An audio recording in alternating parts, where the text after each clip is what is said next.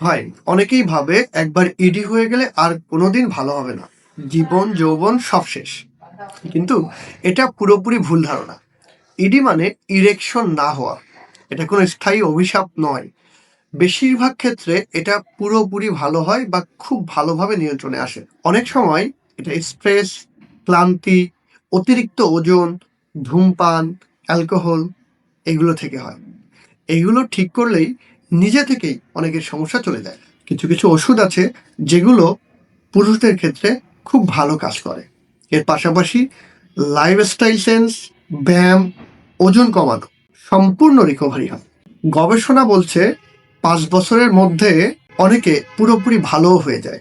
আর যদি ডায়াবেটিস বা হার্টের সমস্যা থেকে হয়, তাহলে আধুনিক চিকিৎসা, ওষুধ, থেরাপি, বিভিন্ন ডিভাইসের মাধ্যমে প্রায় 90% প্লাস পুরুষ স্বাভাবিক যৌন জীবন ফিরে পান। সবচেয়ে বড় কথা, যত তাড়াতাড়ি ডাক্তার দেখাবেন তত সহজে ভালো হবে।